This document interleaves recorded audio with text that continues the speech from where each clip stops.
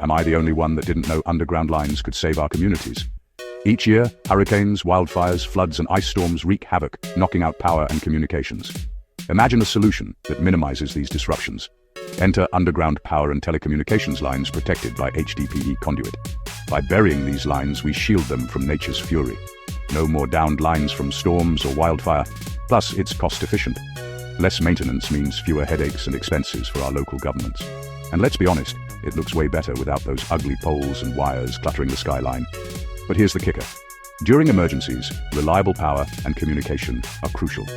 First responders need dependable channels to keep everyone safe. Investing in underground utilities isn't just about staying connected.